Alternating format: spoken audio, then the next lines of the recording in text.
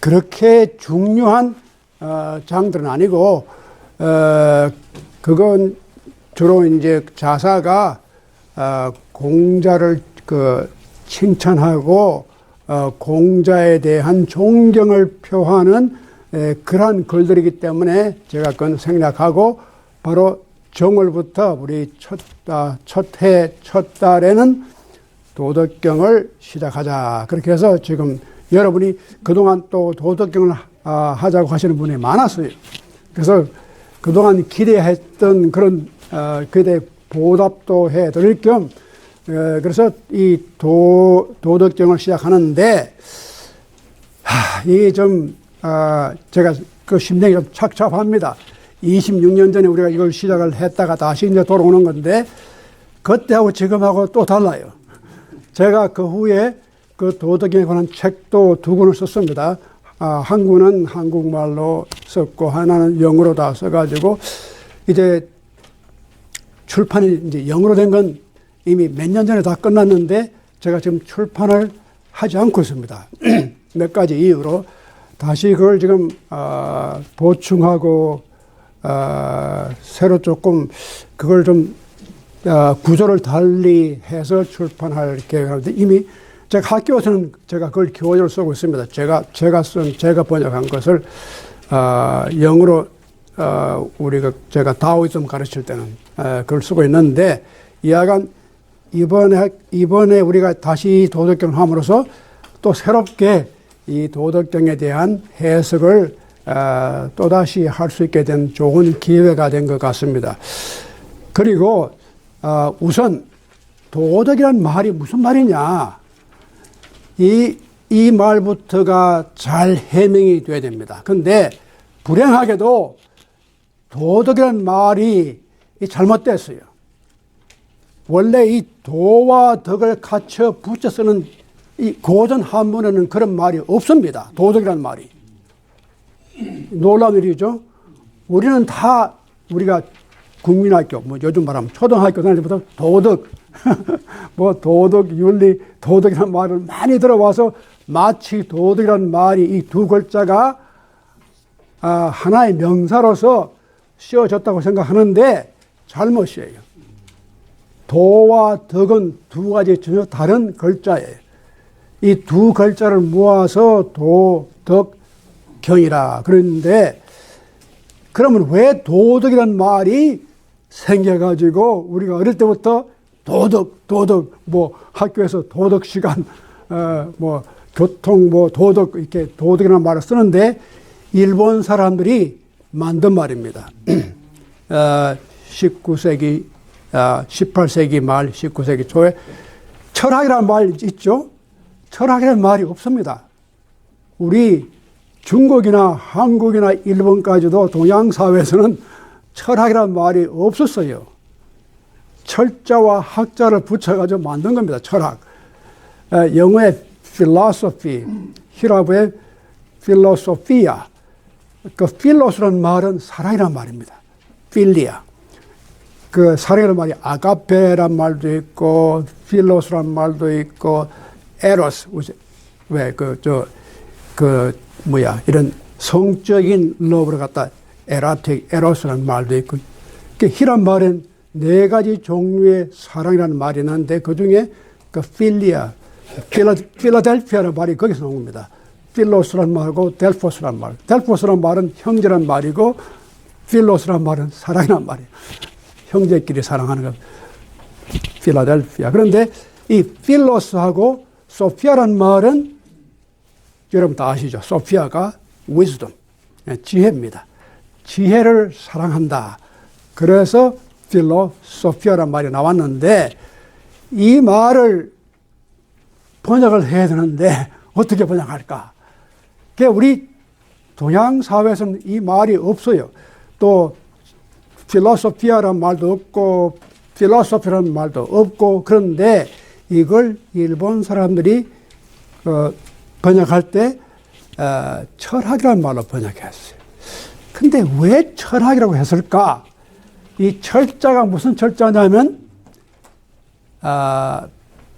명자와 같아요.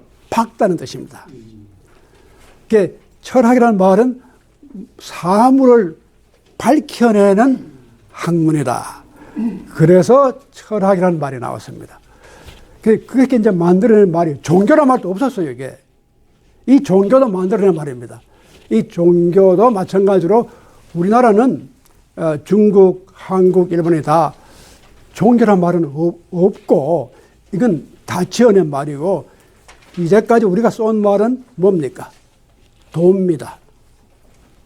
종교란 말은 없고 도란 말을 썼어요. 도교에서도 도란 말을 쓰고 또 유교에서도 도통, 도학, 그래서 유교의 전통도 도란 말을 썼어요. 그래서 수도, 도를 닦는다. 그렇게 해서 이 서양 말을 이렇게 번역하는 과정에서 새로운 말들이 많이 나왔습니다. 어떻든 간에 그래서 도와 덕은 전혀 다른 얘기입니다, 이게.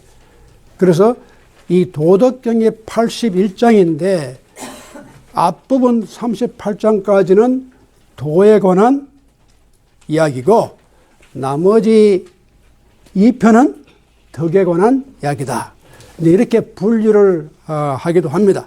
여하간 근데 이 도덕경이라는 책이 오래된 책이 2500년 넘었죠. 근데 누가 썼느냐? 몰라.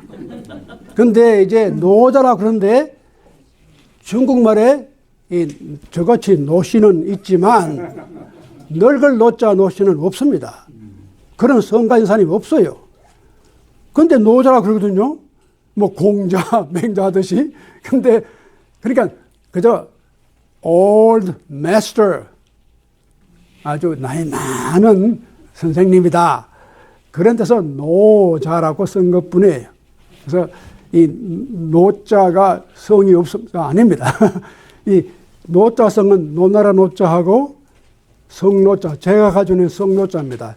이 노태운이 이 노무현이 이런 사람들이 다 어떻게 희한하게 저하고 비슷한 노자를 쓰는데 별로 그렇게 반갑지는 않지만 약간 그다음에 노나라 노자가 또 있어요. 그것도 성으로 많이 씁니다. 근데 그 외에는 이 노자가 없어요. 근데 어떤 전설에 의하면 노씨가 노자가 아니고 이씨였다. 그래서 리즈 그런 말 쓰는데 약간 우리가 사서 같은 경우는 분명합니다. 공자는 분명히 1970, BC 551년에서 죽은 날짜가 언제 479년 이렇게 딱 나와 있지만 이 노자는 언제 살았는지 언제 죽었는지 그것도 모릅니다. 아주 신비해요. 그래서 이 노자 사상이나 도덕경은 항상 신비해요. 알 듯 하면서도 모르고 또 모를 듯 하면서도 알고 알쏭달쏭 이게 이제 도덕경이 가진 묘미가 이겁니다. 이게 알쏭달 긴가 민가 그걸 불란서 말하면 알쏭달쏭 그 다음에 이제 독일 뭐라 그러죠? 그럴 때는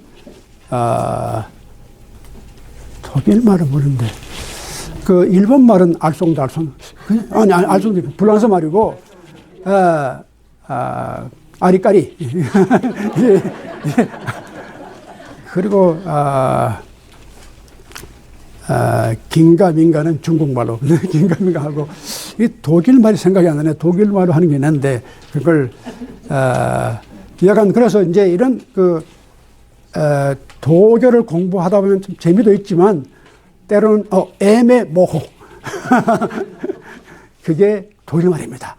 애매모호 그래서 이 알쏭달쏭 애매모호 긴가민가 아리까리 이게 다 도덕경을 대표하는 말이 됩니다. 이제 보시면 아시겠지만 그래서 이런 말씀을 드리기는 조금 때로는 주저되는 것이 이게 흑이면 흑이고 백이면 백이야지 이게 뭔가. 그래서 제가 학교에서 도덕경을 이렇게 강의할 때는 반드시 성인이 된 사람, 좀 이걸 알아들 수 있을 만큼, 요즘 말하면, 그러니까, 그, 어덜트. 우리가 그런, 지적으로 조금 성숙성이 있는 사람들에게 이런 말을 해야지, 너무 이렇게 그 미성년자에게는 했다가는 상당히 위험한 말이 되겠다. 이제 앞으로 보시겠지만 여기에 위험한 말이 많이 나옵니다. 그러니까 여러분이 그걸 잘 새겨서 알아들으셔야지, 잘못하면 이게 무슨 말인가, 좀 위험스러운 말이 많이 나와요. 그래서 제가 1971년에 미국을 왔는데, 여러분이 아마 여기에 계시는 많은 분들이 다 1960년대나 70년대 미국 오신 분들이 많아요. 근데 제가 학생으로 왔을 때 아주 충격적인 사건은, 그리고 그 장면은 뭐냐면, 학생들이 그 캠퍼스의 분위기가 아주 놀랍게 제가 생각했던 미국이 아니었어요. 그때가 60년대 말이고, 반전 데모, 그리고 그때가 소위 말하면 카운터 컬처. 특히 캘리포니아, 제가 캘리포니아에서 공부할 때 이 웨스트 코스트 일대가 다 히피, 카운터 컬처, 커뮤니, 그 당시에 그 미국의 분위기가 베이비 부머스. 그래서 UC 뭐 벌클리라든가 뭐 이런 데서 이 뱅크 오브 아메리카를 불태워 버렸잖아요. 베트남에서 그 비즈니스를 한다고. 근데 그런 과격한 운동들이 일어났어요. 근데 그 당시 캠퍼스가 다들 히피, 머리를 길게 그르고, 여러분 생각나시죠? 히피. 근데 그러한 문화가 오래 계속은 안 됐지만 상당히 그 미국에 영향을 준 겁니다. 근데 제가 왜 이런 말씀을 드리냐 하면, 도덕경이라든가 도교적인 생각이 어떻게 보면은 굉장히 가까워요. 어떤 점이냐? anti status, anti establishment. 이 도교라는 게 굉장히 애매모호하게 보이지만 굉장한 저력이 있어요. 그래서 그 당시에 이 캘리포니아 캠퍼스에서는 대개 도교가 굉장히 인기가 있었어요. 도교 강의가. 뭐 다우섬 내면 40명, 50명, 뭐 100명까지 몰려들고 그러는데 요즘은 도교가 좀 뜸해요. 강의 학생들이 많이 나와요. 근데 그때 또 유명한 책이 나왔는데 The Greening of America. 찰스 와이런 예일대학 교수가 쓴 이 책이 베스트셀러예요. 바로 이 책이 카운터 컬처를 대변하는 책이었어요. 그런데 이러한 어떻게 보면 굉장히 위험하고 불온한 그런 무브먼트가 굉장히 일어나는데, 그 당시에 이 캠퍼스에 보면 이 도교를 연구하는 연구회들이 또 모이고 재미있는 현상이 많았어요. 일반적으로 동양에 대한 생각이 많아지고, 불교, 힌두교, 또 도교. 근데 왜 그러냐? 이 도교 사상이 어떤 질서라든가 어떤 규범을 갖다가 무시해버려요. 아주 과격하게. 이것을 왜 우리가 따라가야 되느냐? 근본적으로 의심을 해요. 근데 우리가 그런 사람, 야야야, 그거 위험하다. 내가 가만히 있어. 그따구 소리 했다가는 큰일 나. 이제 그런 소리를 지르고 나오는 게 도교적인 배경을 가진 정신입니다. 근데 이런 것 때문에 사실은 동양 사회에서도 중국이나 한국에서 도교를 굉장히 위험시해 왔어요. 조선조에도 도교는 완전히 아까 그 김명기 박사님 말씀하신 대로 그건 다 이단이에요. 그래서 그 공부하는 건 굉장히 유교 선비들은 건물입니다. 그런데 우리가 이제 지금 그런 것을 공부를 하게 되었습니다. 근데 이제 우리가 문화사적으로 볼 때는 이러한 운동이 필요합니다. 어떤 음과 양이 있듯이 어떤 기존 어떤 법칙이라든가 질서가 있으면 그걸 절대화시키지 않고 거기에 대한 챌린지, 거기에 대한 질문을 할 수 있는 어떤 이념이 필요해요. 이것이 없어질 때는 상당히 그게 위험합니다. 그래서 그런 밸런스를 맞춰준 것이 도교 문명입니다. 그래서 이 도교 문명을 말씀을 드리면 그 영향이 여러 가지 많아요. 이제 우리가 흔히 우리 그 일상생활에서 이 동양의학이라든가 뭐 침술이라든가 또 이 산수화 이런 그 그림이라든가 음식이라든가 이런 일반적인 그 서민 문화 속에 깊이 파고든 것이 도교입니다. 그래서 이 도교를 철학적인 도교가 있고 종교적인 도교 두 가지가 갈라져요, 나중에. 그래서 이 종교적인 도교를 파퓰러 다오이즘. 이건 굉장히 아주 어떻게 하면 오래 살까? 임모탈리티. 어떻게 하면 선인이 될까? 우리나라는 도란 말보다 유불선, 이 선교 혹은 선인 그런 말을 쓰는데 이제 그런 정신적인 배경을 마련해주는 하나의 중요한 지적인 정신적인 리소스가 이 도교에서 나옵니다. 자, 그런데 이 도덕경만 하더라도 뭐 영어로 번역된 게 150, 보고 항상 물어봅니다. 그 어느 번역을 뭐 보면 좋겠느냐. 그래서 저는 아무거나 다 좋다. 왜냐하면 다 번역한 사람이 자기 입장에서 번역했거든요. 저는 꼭 이것이 가장 좋다 그렇게 하지 않아요. 다 좋다는 거예요. 그런데 도덕경이 여러 가지로 영향을 많이 미치는데 중국 역사 가운데서 도덕경이 여러 가지 영향을 미쳤지만 이제 또 중요한 그 영향이 있습니다. 그것은 이제 중국의 과학사, 중국의 그러니까 사이언스 시빌리제이션, 중국 과학사를 가장 잘 쓴 사람이 중국 사람 아닙니다. 영국 사람입니다. 조셉 니덤. 이분 아주 훌륭한 분이.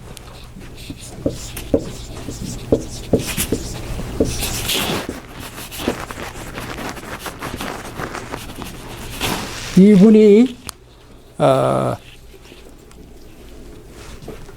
Science and Civilization of China 멀티발륨 책을 냈어요. 아주 이만큼 잘 쓴 사람이 없습니다. 그런데 제가 미국 와서 놀란 거는 1970년대 이 영어로 된 책들이 나왔는데 어떻게 해서 영어권에서 한국이나 중국에서는 상상도 못할 이런 책이 나왔을까. 이제 그런 일이 많습니다. 사실 우리가 깔볼 게 아니라 굉장히 참 존경할 일인데 예를 들어서 마테오 리치가 1600년대에 북경에 와서 천주시를 쓰잖아요. 중국말로. 이 선교사가. 이 놀라운 일이잖아요. 어떻게 여기 와서 중국어를 배워가지고 기독교의 교리의 가장 중심, 특히 토마스 아퀴나스 교리를 갖다가 중국어로 썼잖아요. 이 놀라운 일입니다. 제임스 렉이라는 또 유명한 선교사가 있습니다. 스코틀랜드 선교. 이분이 사설을 번역했는데 기가 막히게 번역합니다. 지금도 우리가 번역한 것보다 때로는 이 주석을 참고하려면 제임스 렉이 그게 말마다 풋노트를 달아놓은 게 있어요. 놀라운 일이에요. 중국 학자들도 참고를 합니다. 제임스 레이, 유명한 사람입니다. 그래, 그런 분도, 그러니까 초창기 그 선교사들이 정말 훌륭한 분들이었어요. 그리고 그걸, 이 정다선만 하더라도 천주교를 이제 자기가 접했을 때 완전히 천주시를 한문으로 걸 그걸 읽고 서양 과학이라든가 기독교라든가 뭐 이런 걸 알게 됐거든요. 그런 걸 보면 참 놀라운데 조셉 니담의 질문이 이겁니다. 자기가 멀티발륨 중국의 과학 문명서를 다 쓰고 난 다음에 질문이 중국이 이렇게 훌륭한 나라다. 그리고 제가 전번에 우리 말씀드렸지만 근대에서 중세에서 근대로 넘어올 때 우리 세계 문명사에서 중세가 끝나고 근대가 옮겨오는 과정에서 인간이 과학적으로 기술적으로 4가지 중요한 발명을 해요. 여러분 다 아시겠지만 무엇을 가지고 우리가 이것이 근대다, 근대의 출발점을 볼 수 있는 가장 구체적인 4가지의 발명이 뭐냐면 첫째는 종이입니다. 그 다음은 프린팅, 그 다음은 컴파스, 내비게이션, 그 다음은 화약. 이 4가지가 다 어디서 나왔습니까? 중국입니다. 놀랍죠. 그런데 조셉 니담이 그래요. 이렇게 중세까지 세계에서 볼 수 없던 이 4가지를 다 중국에서 발명했는데 어떻게 해서 서구 기술 문명보다 뒤떨어졌느냐? 이게 굉장한 질문입니다. 왜 중국이 그런 나라가 서구의 과학이나 기술에서 완전히 떨어졌다는 거예요. 근데 그 중에 이제 답을 찾는데 도교가 한 몫을 해요. 근데 제가 다음에 이제 왜 그렇게 조셉 니담이 도교에서 그 답을 찾았는지, 그리고 그 답이 반드시 부정적인 답은 아닙니다. 지나가 보니까 서구 문명의 과학 기술의 어떤 한계를 도교가 미리 알고 있었지 않느냐 하는 질문을 조셉 니담이 자기 책에서 지금 그걸 레이즈하고 있습니다. 자, 그건 그렇고 이 정도로 중요한 책입니다. 도교의 이제 도덕경이라는 게 그래서 이제 뭐 여러 가지 전설이 많지만 그거 다 생략하고 조금. 그럼 도덕경을 어떻게 영어로 번역하세요? 도덕경을 어떻게 영어로 번역하세요? 다오더징. 예. 근데 그 질문 좋은 질문입니다.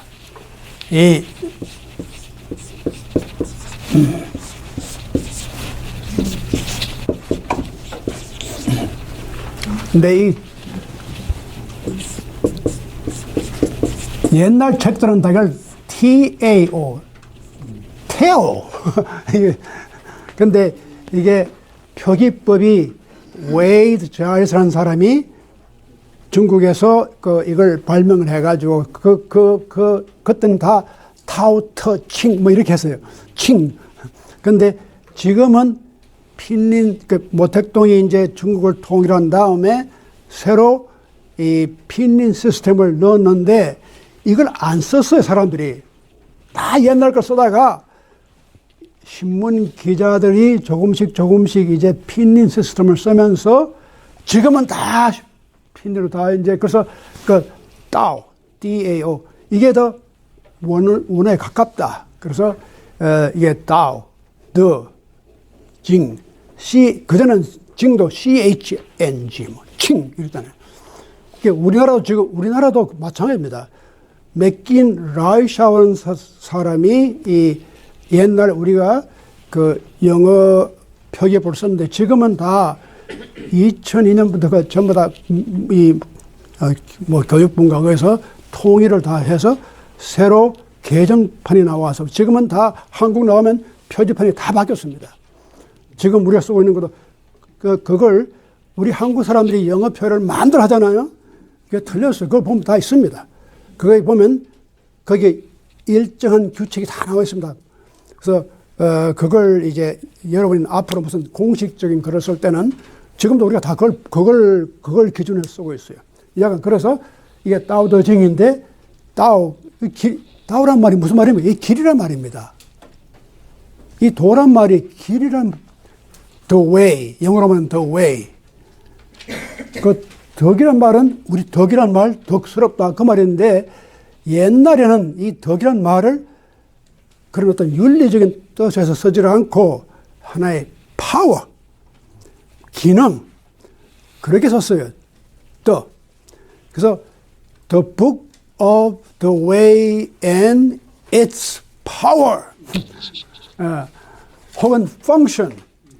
근데 이 경이란 말도 우리 뭐 성경, 뭐 불경, 그 경이란 말은 이 책을 좀 더 존경하고 하나의 캐논,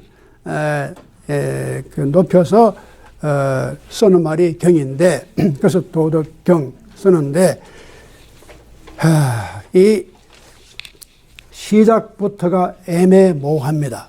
근데 이 도덕경, 저는 이제, 도덕경이 요즘 또 이 고전학적으로 보면 1973년에,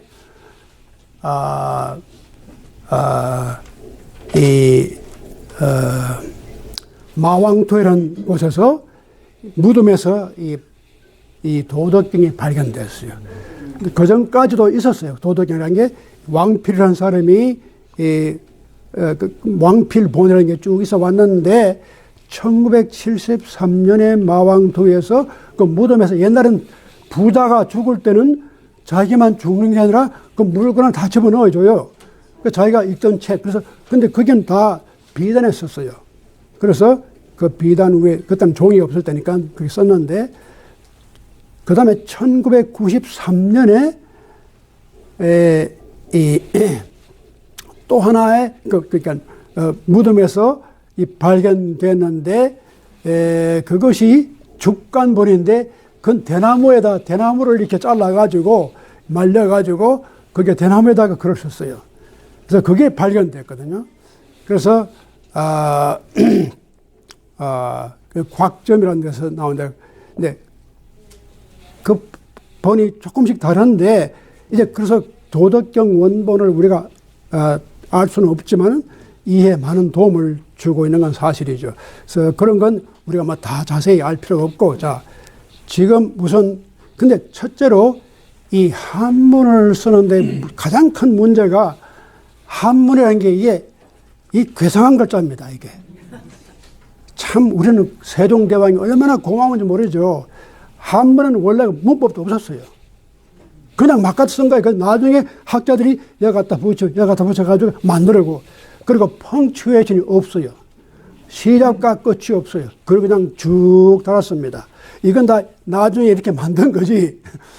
근데 사실 우리나라도 세종대왕이 한글을 만들어냈지만 쓸 때 이걸 다 달았었어요.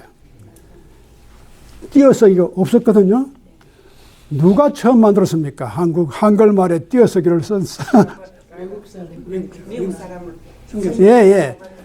그 휴버트 호머라는 사람입니다. 이분이 주시경 선생님의 선생님입니다. 배제학당에서 주시경을 가르쳤어요.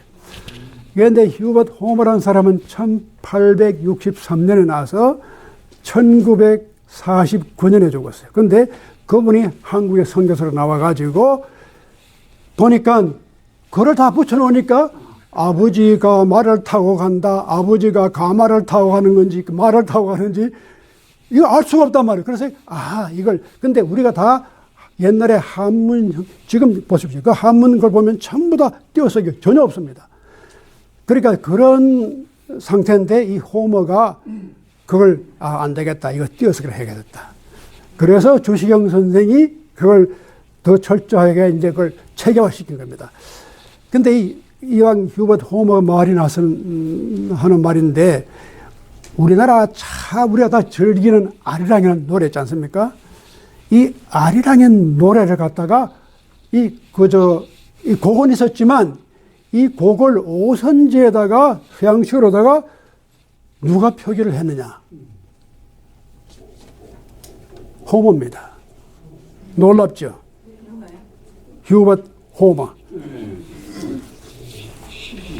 이거 뭐 이런 말 하고 뭐 시간 다 가겠네.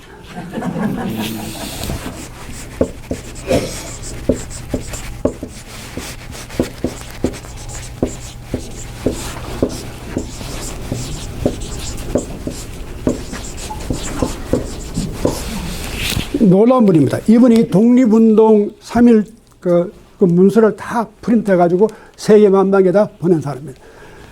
근데 이분이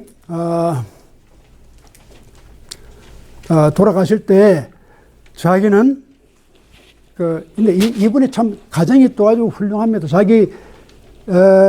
자기 어머니의 할아버지가 다르트머트 칼리지를 갖다가 만든 사람이에요. 파운딩 파더입니다.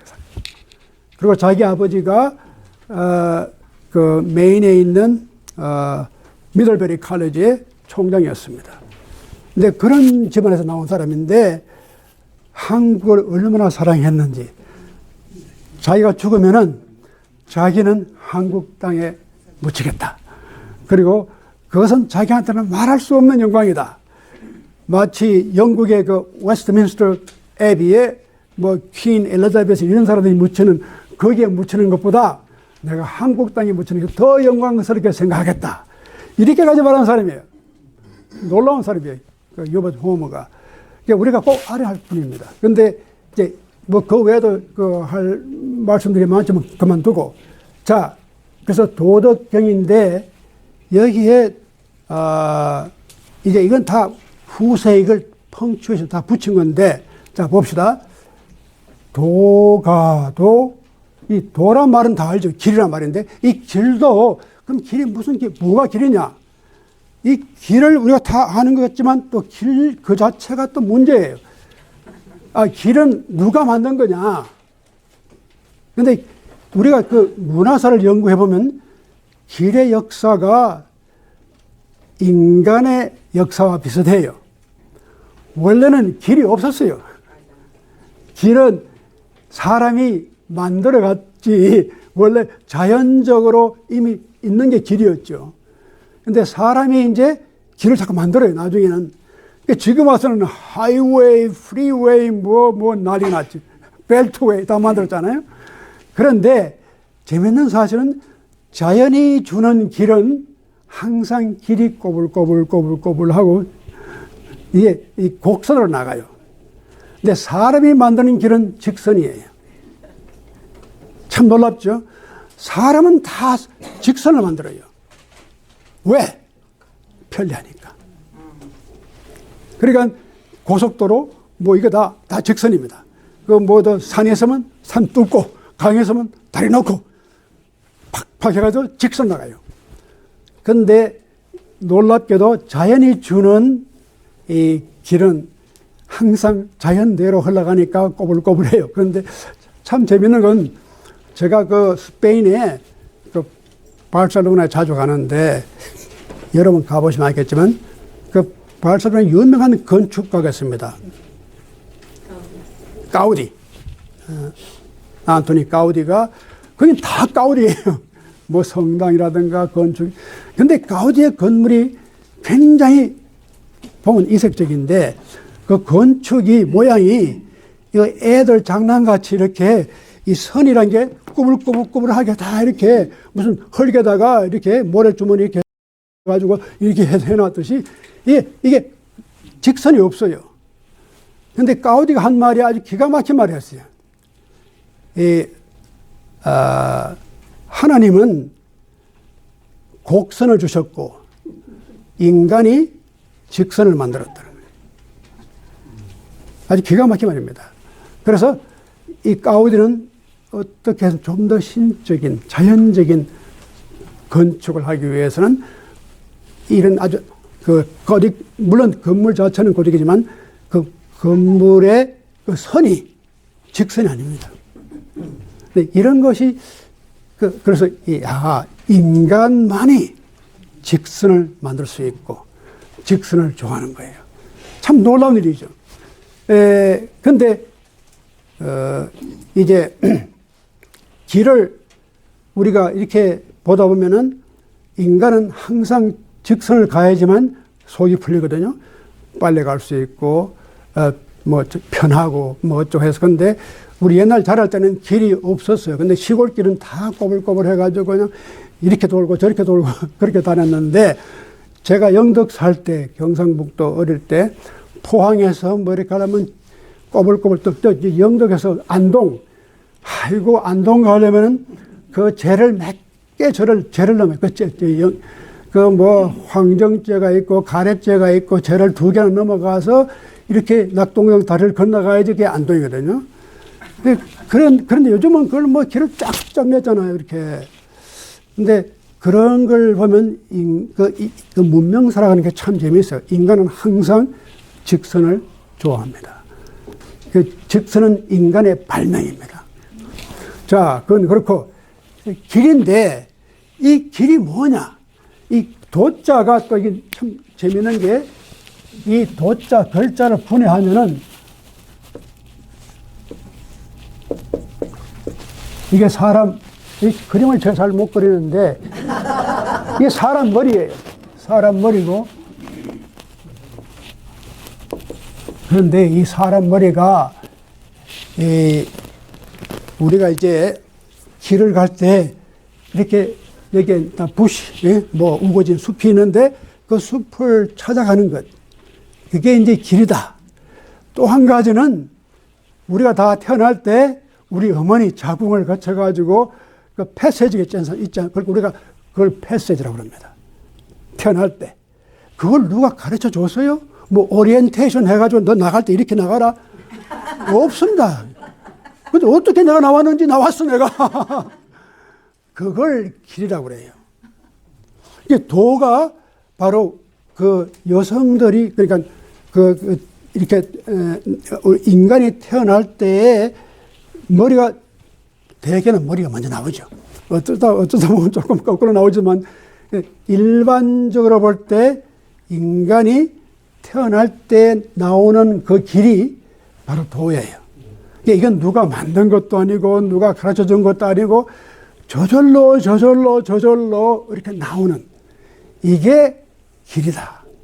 그래서 도란 글자 안에 그런 의미, 아주 심오하고 또 그런 광범위한 의미가 들어가 있죠.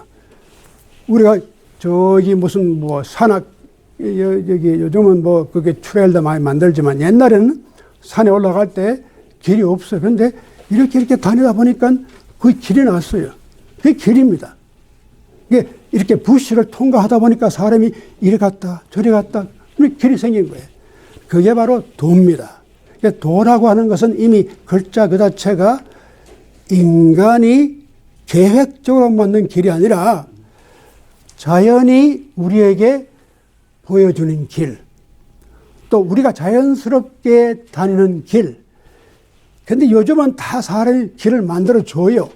우리 학교에 건물을 지어놓으면요, 다들 이미 다 사이드복을 만들어가지고 사람은 다 일로 가시오. 그렇게 해놓고 뭐 짠지는 순구하는데 나중에 학생들이 글로 갑니까? 에라 모르겠다 질러 가는 게 다 그거라. 근데 그게 길이에요. 사람이 만들어준 게 길이 아니라, 그래서 요즘은 그래요. 그 빌딩을 지어놓고 짠지를 심으면 가만 내버려둬. 그러면 사람들이 자기들이 왔다 갔다 하면 길이 나거든요. 그게 길이야. 그래야지 우리가 미리 길을 만들어주는 그 길이 아닙니다. 그게 왜 자연스럽게 인간의 휴먼 네이처, 인간의 자연스러움이 나타나는 거예요. 그 패턴을 따라가면 그게 길이에요. 그 길을 잘 따라가면 잘 살고 오래 살고 행복하고, 그 길을 놓치고 억지로 만든 길을 따라가면 힘들어요. 사는 게 어려워요. 그래서 우리가 사는 게 어렵습니다.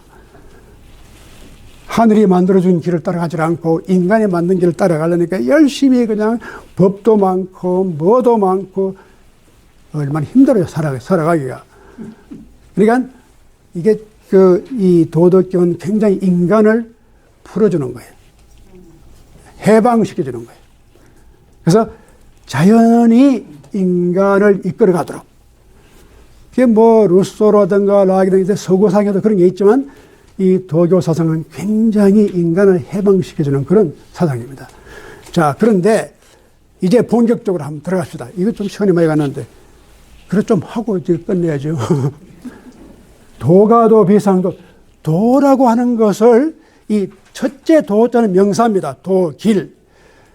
가자란 말은 가하다, 불가하다, available, possible.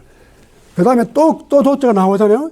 이 도자는 명사가 아니고 동사입니다. 한문에 도자의 의미가 하나는 길이라는 뜻이 있고 동사가 되면 speaking, 말하다는 뜻입니다. 그러니까 많은 사람들이 혼동해요. 그래서 도가 도로 가능하다. 그게 말이 안 되잖아요. 도가 가능한데 뭐가 가능하냐? 말할 수는 있다는 거예요. 말하고 우리가 디스커스하고 이런 거는 가능한데 비상도다. 비란 말은 다 알죠? 아니다. 상이란 말이 항상 늘 변치 않는, 그래서 어떤 분은 이걸 이터널 그렇게도 쓰는데 항상 존재하는 것. 그래서 이 도가 도라고 말을 할 때는 이게 우리가 생각하는 늘 항상 있는 그런 도는 아니다. 이게 무슨 말이냐. 이게 참, 그러니까 도덕경 전체 가운데 가장 어려운 장이 1장입니다. 그리고 도덕경 1장만 알면은 도덕경을 다 알아요. 그래서 이게 도덕경 전체를 서머리한 것이 1장이다. 그런데 첫 구절이 제일 힘들잖아요. 도가도 비상도, 명가명 비상명. 그런데 자, 그러니까 이걸 읽을 때 명상을 하면서 읽어야 돼요. 그 미국의 유명한 휴스턴 스미스라는 아주 종교학자가 있습니다. 그분이 이 도덕경에 대해서 아주 기막힌 말을 했어요. 그분이 도덕경은 2시간에 읽을 수도 있고 20년에 걸쳐서 읽을 수도 있다. 그런데 이 휴스턴 스미스가 1970년대 벌써 그때 이분이 미국의 환경, 이제 뭐 요즘 와서 우리가 뭐 기후 변화니 어쩌네 50년 전에 제가 전번에도 그런 말씀 드렸지만 옛날 산타바바라에서 오일 스피릿이 나가지고 언제가 그냥 바다가 다 타.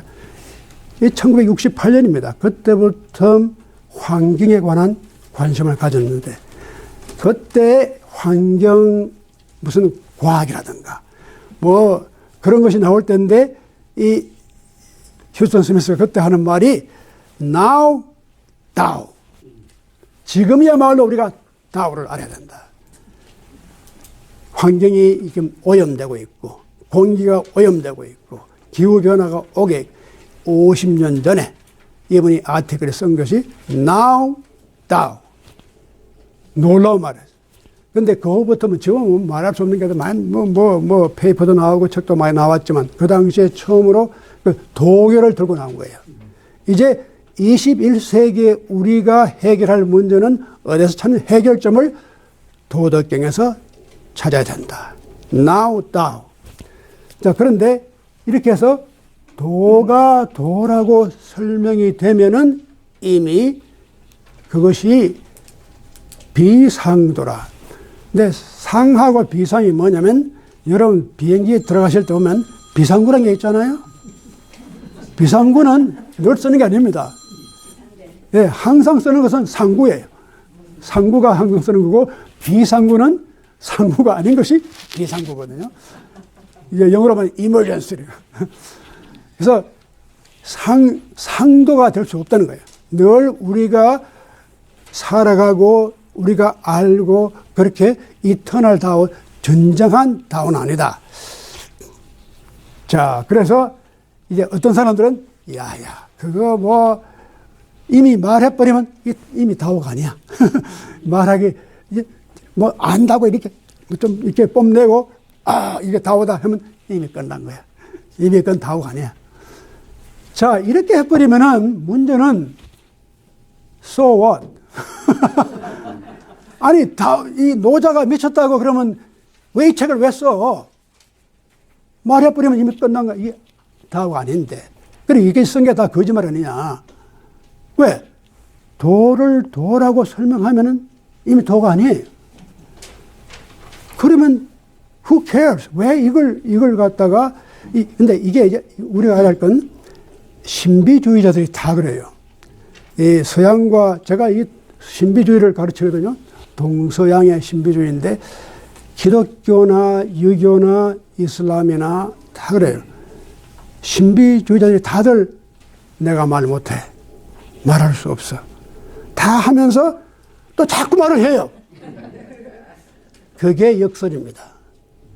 내가 말할 수 없지만은 말할 수밖에 없다는 일종의 컴펠링. 이런 그 딜레마 속에서 살아가는 것이 신비주의자들의 고민이에요. 노자도 마찬가지입니다. 내가 말하는 거 이게 다 도라고 생각하지 마라. 그렇지만 내가 말은 해야 되겠다. 그런데 여기에 이제 우리가 한 가지 알아야 될 것은 많은 이제 그 해석한 사람들이 도를 도라고 이미 말해버리면 도가 아니다. 거기에만 너무 치우쳐 있거든요. 그런데 도를 도라고 얘기를 할 수 있다는 데는 저는 강조점을 해요. 도가 전혀 말할 수 없는 게 아니라 도를 도라고 말할 수 있다는 것. 그러나 그것을 절대화시키지 말아라. 제가 말한 건 그거예요. 우리가 그걸 말하지 말라는 게 아니라 말은 하되 그 말 자체가 절대적인 영원한 도는 아니다. 여러분, 최근 한 일주일 전에 뉴욕타임스에 아주 재미있는 아주 중요한 기사가 났는데 저기 미네소타 주에 그 세인트폴 미네소타 거기에 해밀린 유니버시티라고 그 대학에 미술사를 가르치는 art history 가르치는 그 어느 여자 선생님이 그 학기에 종교 미술사를 가르치면서 뭐 불교나 기독교나 각 이제 그런 분들의 초상화를 이제 소개하는 이제 그런 그 과목이 있었어요. 그런데 이제 문제가 된 것은 그분이 모하메드라는 분의 초상화를 갖다가 14세기에 그린 유명한 그림이 있는데 이걸 클래스에서 보여줬단 말이에요. 근데 보여주기 전에 이미 광고를 했어요. 이슬람 교도들은 여기에 대해서 또 어떤 사람은 센시티브 하니까 이걸 여기에 조금 문제가 있다면 보지 마라. 이 교실에 들어오지 말아라. 그 실러버스에 다 나와 있고. 그러니까 이걸 다 워닝을 충분히 했는데도 불구하고 이 이슬람 학생회 회장이 들어온 거예요. 들어와서 다 듣고 난 다음에 학교에다가 리포트를 한 거예요. 이 모하메드 상을 갖다가 이건 대중에 보여줄 수 없는 건데 이걸 보여줬다. 그래서 여자가 파면된 거예요. 지금 이것도 이제 굉장히 좀 큰 문제가 되고 있는데 이제 왜 그러냐. 이게 이제 여기 다 관계 있습니다. 모하메드라는 사람은 예언자예요. 이분은 신이 아닙니다. 모하메드는 신의 계시를 보여준 마지막 예언자입니다. 그런데 신은 누굽니까? 알라가 신입니다. 그런데 왜 이걸 보여주지 말라고 하느냐? 모함의 상을 갖다가 보여주는 것이 왜 그렇게 그게 자기들 종교인들에게 offensive, 그렇게 상처를 받게 하는 것이냐. 우리는 뭐 예수 그리스도 상이라든가 뭐 마리아 상이라든가 뭐 다 하잖아요. 근데 이제 문제점은 이슬람에서는 알라라는 상을 구체화시킬 수가 없다는 거예요. 그런데 만약에 모하멧을 보여주면 사람들이 다 모하멧을 보고, 저 사람이 이제 뭐 하나님이고 뭐 알라고 이렇게 보기 때문에 이걸 모하멧은 어디까지나 인간이었지 신이 아니었다. 신의 모습은 볼 수가 없다는 거예요. 우리 그전에 우리 최경 박사님이 한국일보의 사자성어에 견월 망지 달을 보고 손가락은 잊어먹어야 돼요. 근데 잘못하면 손가락만 자꾸 생각하고 달을 잊어먹잖아요. 이게 같은 논리라고요. 그러니까 절대적인 어떤 존재, 절대적인 진리를 갖다가 구체화시키는 것을 굉장히 위험스럽게 생각해요. 왜냐? 그렇게 되면 그 절대성의 어떤 그 신비가 사라지고 구체화된 것에 절대화시키는 과정으로 넘어가기 때문에 이걸 막은 겁니다. 십계명에 뭐라고 그랬습니까? 마찬가지 유대교에도 마찬가지 십계명에 어떤 그 형상도 만들지 말아라. 하나님의 형상을 만들지 말라고 해요. 요즘이야 뭐. 근데 이제 또 재미있는 것이 이 천주교 캐톨릭에서는 마리아상이 있지 않습니까? 근데 개신교는 전혀 없어요. 왜 그래요? 종교개혁 리포머들이, 그러니까 마틴 루터라든가 캘빈 같은 사람이 철저하게 생각했던 게 뭐냐면 어떤 그 신의 형상을 만드는 것 자체가 우상이라고 생각했어요. 아이콘. 그래서 만약에 마리아상을 자꾸 만들면은 사람들이 마리아를 신으로 생각하는 거예요. 그러니까 그러한 이제 같은 맥락입니다. 도라고 하는 것은 절대적인 건데 절대를 상대화를 시켜버릴 때 상대화가 가능은 해요. 가도. 그러나 그 가능한 도를 절대라고 생각하지는 말아라. 쉽게 말하면 그겁니다. 도가도 비상도. 도가 신비하고 오묘하기 때문에 그 자체로는 파악이 안 돼요. 이게 구체화될 수밖에 없어요. 이네미터블. 우리 말로서, 우리 행위로서 이걸 구체화시켜야지만 우리가 이해할 수 있거든요. 그 과정을 막을 수는 없지만 구체화된 절대는 이미 절대가 아니다. 이제 그겁니다. 그 다음에 명가명, 비상명. 이름을 붙일 수는 있죠, 우리가. 그러나 그 이름을 붙인다고 그 이름이 절대적인 이름이 아니다. 유대교에서는 하나님의 이름을 쓰지 않습니다. 우리가 여호와란 말도 이게 다 만들어낸 말입니다. 제호바, 이게 다 만들어낸 말이에요. 야훼. 그래서 유대교에서는 그 엘로힘 혹은 유대교에서는 그 원래 하나님의 이름이 없었어요. 근데 있는데 그걸 발음을 못하게 몸을 다 빼버렸어요. 그러다 20세기에 와서 다시 몸을 집어넣어가지고 야훼, 가장 근사한 발음이 야훼인데 이것이 무슨 제호바라고 이제 발음했다가 우리는 여호와로 발음했다가 이게 나오는 건데 그게 왜?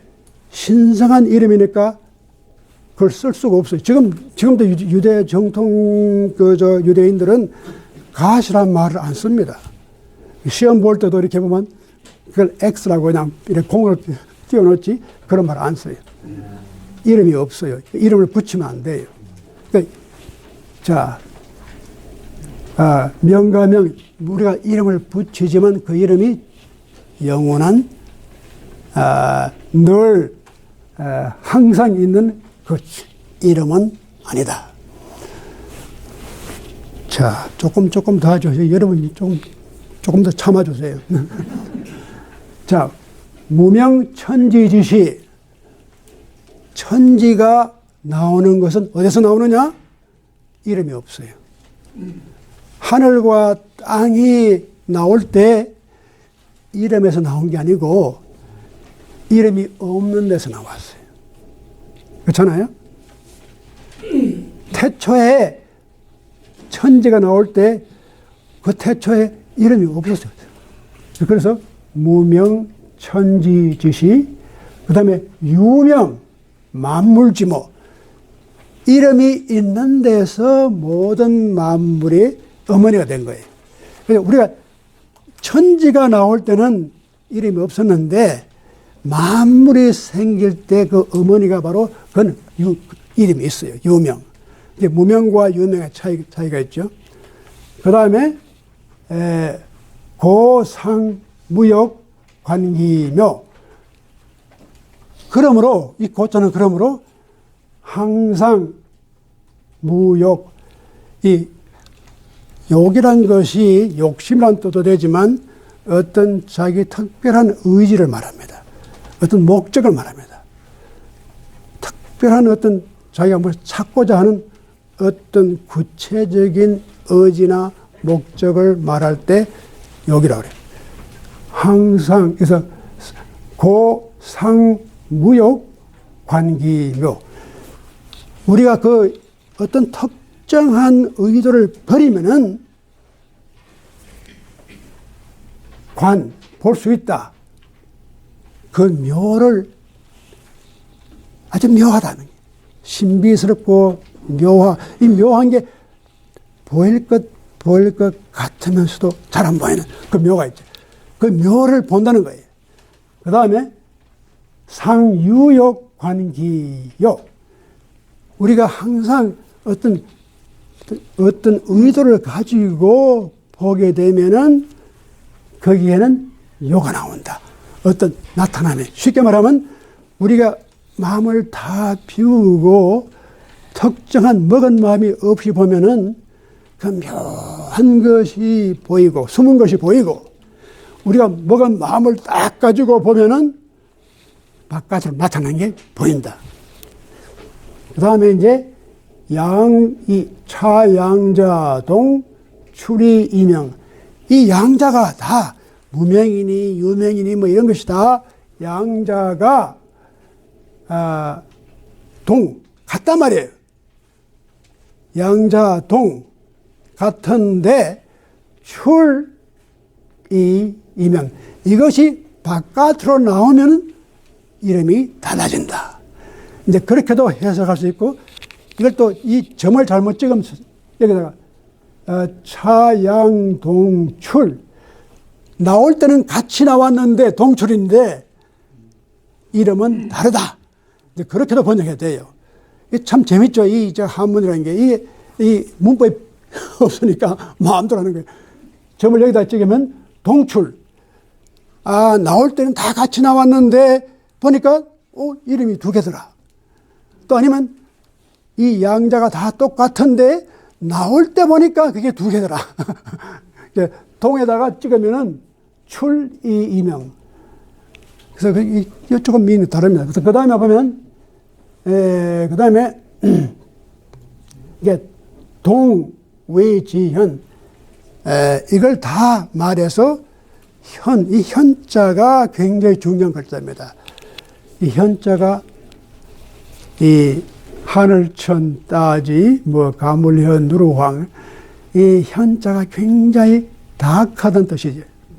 깊고 다악한데 이 다악하다는 뜻이니 굉장히 오묘하다, 깊다, 그런 뜻이 있어요.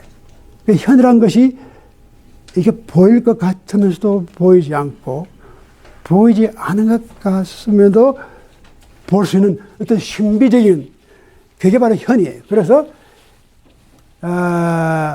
동위지현, 둘 다가 다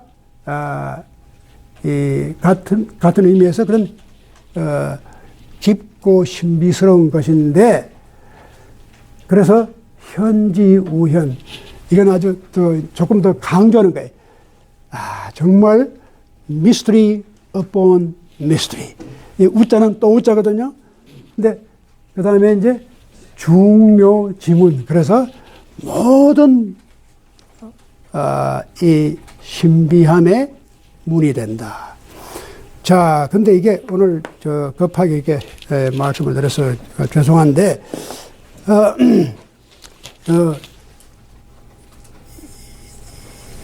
이 도덕경 1장이 이러한 유냐, 무냐, 명이냐, 무명이냐,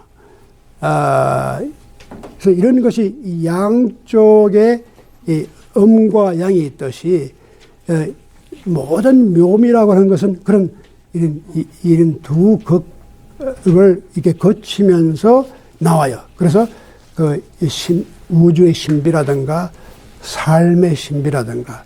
근데 가장 중요한 것은 여기서 우리가 배울 것은 이러한 삶 자체가 우리가 규정할 수 없는 어떤 신비가 있는데 이걸 억지로 규정할 때 문제가 생긴다는 겁니다. 그러니까 우리가 항상 우리가 공부를 하면 클래리티 분명히 이것만 배웠거든요. 근데 사실 삶이라는 게 그렇게 분명하지가 않아요. 흑과 백으로 딱 가려지지 않아요. 진리가 다 흑이고 백이고 가려질 것 같죠? 천만에요. 서틀티. 이게 아주 중요한 겁니다. 이 도덕은 그 깊은 차원을 삶의 리얼리티, 삶의 궁극적인 실제는 우리 인간이 그렇게 정확하게 파악을 해서 그걸 절대화시킬 수 없다는 거예요. 근데 우리가 그걸 그렇게 절대화시키려는 유혹에 빠져요. 그래서 흑은 흑으로, 백은 백으로 갈라지면 속이 시원하거든요. 근데 실제로는 그렇게 안 돼요. 그래서 근데 이게 바로 인간이, 뭐냐면 인간은 이성을 가지고 있기 때문에 논리를 쓰잖아요. 합리적으로 생각하잖아요. 그래서 우리는 때로는 합리적으로만 생각해가지고 거기에 맞으면 다 옳고 합리에 들어가지 않으면 틀렸다. 이렇게 생각하는 것을 우리가 절대적으로 받아들여요. 우리 가치가. 여기에 대한 챌린지입니다. 도덕경은 그게 아니다는 거예요. 이게 참 심하지요.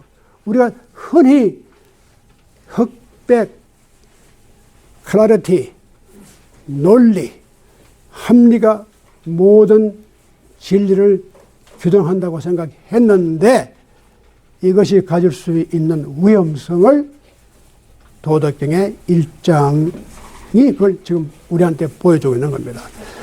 이런 우리가 이런 것을 보면은 우리 삶에 대한 태도가 좀 달라져요.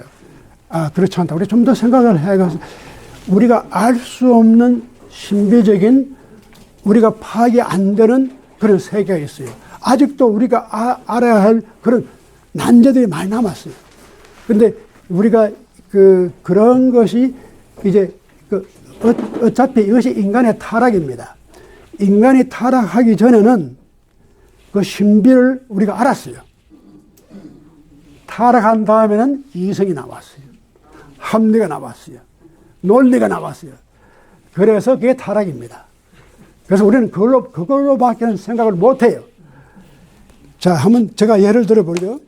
아주 간단하게. 이거 제가 마지막 이제 이게 중요한 말씀인데, 우리가 이게 도라고 하는 것이 X잖아요? X is Y. 그러면은, 알았어. X는 주어고 Y는 predicate. 그 서술하는 거예요. X는, 이제 알겠어. X를 뭔지 몰랐는데, Y 그러니까, 이제 알겠다. 그런데 조심하십시오. 이미 Y가 되어버리면 X가 아닙니다. 이거 Y지. 이게 어떻게 X가 돼요? 그래서 이것하고,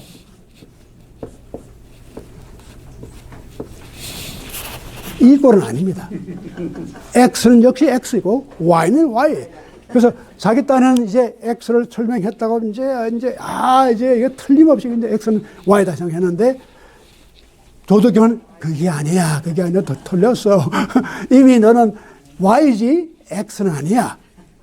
X는 unknown. 아직도 unknown이에요. 우리가 단지 Y는 X를 알게끔 할 수 있는 하나의 손가락에 불과. 어? 우리가 보여주는 것 뿐이지 달 그 자체는 아니거든요.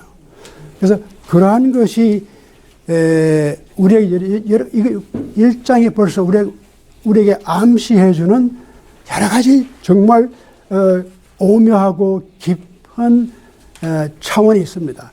이 차원을 우리가 이제 앞으로 이제 2장, 3장 나면 좀 더 구체적으로 나오는데 제가 드릴 말씀 많지만 오늘 여러분 너무 오랫동안 이렇게 지루하게 잘 경청해 주셔서 감사합니다. 예.